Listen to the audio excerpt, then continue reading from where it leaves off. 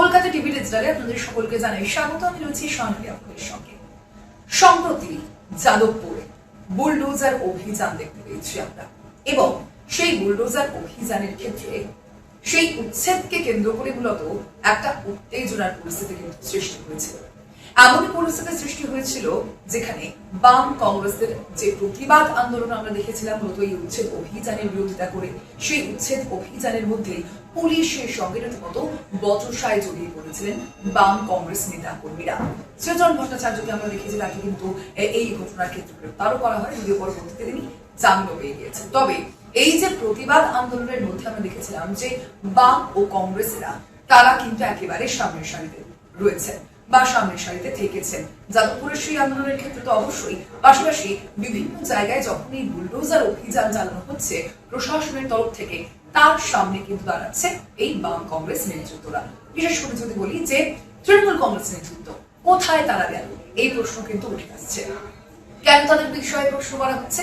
কারণ বর্তমানে রাজ্যের প্রধান বিরোধী রাজনৈতিক দল কিন্তু তৃণমূল কংগ্রেস। অনেকেই কটাক্ষ করে বলছে যে তৃণমূল কংগ্রেসের অভ্যন্তরে যেভাবে দ্বন্দ্ব রয়েছে বা যেভাবে দ্বন্দ্ব প্রকাশ্যে এসেছে, ভাঙন ইতিমধ্যেই কিন্তু আমরা দেখতে পেয়েছি, সেটা বিধানসভার ক্ষেত্রে হোক বা সংসদের ক্ষেত্রে হোক, এবং তার কারণেই তৃণমূল কংগ্রেস নাকি এতটাই সেই ভাঙনের কারণে পর্যুদস্ত, সেই কারণেই তারা এই ঘটনাগুলোর উপর কিন্তু নজর দিতে পারছে না।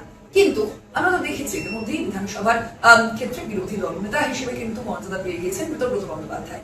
তাহলে এই নতুন যে গোষ্ঠী, তারা এই বিষয়ে কেন কোনো পদক্ষেপ নিলেন না, সেই প্রশ্ন উঠে আসছে।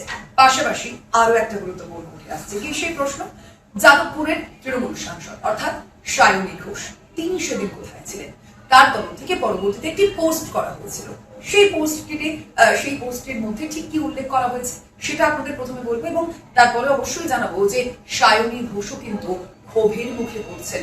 তিনি সেদিন কোথায় ছিলেন? তাদের তরফ থেকে কেন কোনো প্রতিবাদ দেখানো হলো না, বাধা দেওয়া হলো না, সেই প্রশ্ন তোলা হচ্ছে স্থানীয়দের তরফ থেকে। প্রথমেই আপনাদের জানাবো যে সায়নী ঘোষ তিনি সোশ্যাল মিডিয়াতে সেখানে কি লিখেছেন এই বিষয়ে। প্রশাসনের এই আচমকা যে পদক্ষেপ তাকে হৃদয় বিদারক ও অন্যায্য বলে কিন্তু জানিয়েছে সায়নী ঘোষ। অবশ্যই সেখানে নিন্দা করেছেন তিনি জানিয়েছেন যাদবপুর স্টেশন রোডে যেভাবে বুলডোজার চালানো হয়েছে তা অত্যন্ত হৃদয় বিদারক। এই উচ্ছেদ অভিযান হাজার হাজার সাধারণ মানুষকে তাদের আয়ের উৎস থেকে বঞ্চিত করছে। কোনো আগাম নোটিশ বা ইতিবাচক আলোচনা ছাড়া এইভাবে বলপূর্বক উচ্ছেদ করা একেবারেই অন্যায্য। পুনর্বাসন পরিকল্পনা নিয়ে প্রশাসনের এই সম্পূর্ণ নীরবতা দরিদ্র প্রান্তিক জনগোষ্ঠীর প্রতি সরকারের অসহনশীলতার পরিচয় দেয় এবং তাদের আসল উদ্দেশ্য সম্পর্কে গুরুতর প্রশ্ন তুলে দেয়। যদি সত্যি গুরুতর প্রশ্ন তুলে দেয়, তাহলে সায়নী ঘোষ কোথায় ছিলেন সেই প্রশ্ন কিন্তু উঠে আসছে। এবং সায়নী ঘোষ সোচ্চার হলেও স্থানীয় হকারদের বড় অংশের যে অভিযোগ যে যখন তাদের মাথার উপর বুলডোজার চলছিল, দোকানপাট ভেঙে গড়িয়ে দেওয়া হচ্ছিল, সেই সময় কেন ঘরের সাংসদ তিনি পাশে এসে দাঁড়ালেন না, সেই প্রশ্ন তোলা হচ্ছে হকারদের তরফ থেকে। পাশাপাশি এও বলা হচ্ছে যে ভোটের সময় তো আমরা দেখেছি যে বিভিন্ন সময় মূলত যাদবপুরের এই তৃণমূল সাংসদ সায়নী ঘোষ তিনিও বিভিন্ন ক্ষেত্রের যে প্রচারে তাকে দেখা গিয়েছে, প্রতিশ্রুতিও দেওয়া হয়েছিল, তাহলে তিনি কেন হকারদের পাশে দাঁড়াননি, সেই প্রশ্নটাও কিন্তু ইতিমধ্যেই অত্যন্ত বড় হয়ে উঠে আসছে।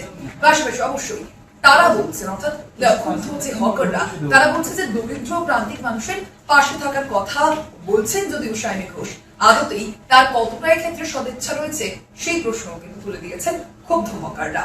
হকার সংগঠনগুলি দাবি করছে তারা ফুটপাত বা রাস্তা দখল করে থাকার পক্ষে নন, কিন্তু বছরের পর বছর ধরে ব্যবসা করে আসা এই দরিদ্র পরিবারগুলিকে হঠাৎ করে কোনো বিকল্প ব্যবস্থা না দিয়ে কেন উচ্ছেদ করা হলো সে বিষয়ে তারা প্রশ্ন করছেন। একই সঙ্গে তারা কিন্তু সেই একই দাবিও জানাচ্ছেন প্রশাসনের কাছে যে এই বিষয়ে যেন পুনর্বাসনের যে নীতি, সরকারের পুনর্বাসন নীতি নিয়ে কিন্তু কেন তৃণমূল কংগ্রেসের তরফ থেকেই বা কিছু বলা হচ্ছে না, কেন যাদবপুরের তৃণমূল সাংসদ সায়নী ঘোষ তিনি কেন কিছু বললেন না। বাম কংগ্রেসরা তো তারা তো আছে, অবশ্যই আমরা দেখেছি রাজ্যের পালা বদলের পর যখন থেকে এই হকার উচ্ছেদের যে ঘটনা ঘটছে সেই সময়গুলিতে কিন্তু বামেদের তরফ থেকে, কংগ্রেসের তরফ থেকে সেখানে গিয়ে কিন্তু তারা উপস্থিত থাকছেন। তাহলে সায়নী ঘোষ তিনি কোথায় গেলেন, তিনি কেন হকারদের পাশে দাঁড়ালেন না, সেই প্রশ্ন কিন্তু উঠে আসছে। অবশ্যই এর পরবর্তীতে সায়নীর কি অবস্থান থাকবে, সায়নী ঘোষ ঠিক কি বলবেন, নিজেকে কিভাবে ডিফেন্ড করবেন সায়নী ঘোষ, সেটা আমাদের দেখতে হবে। আজকের এই ভিডিও এখানে শেষ করছি। দেখতে থাকুন কলকাতা টিভি ডিজিটাল, রাত 3 সাথে।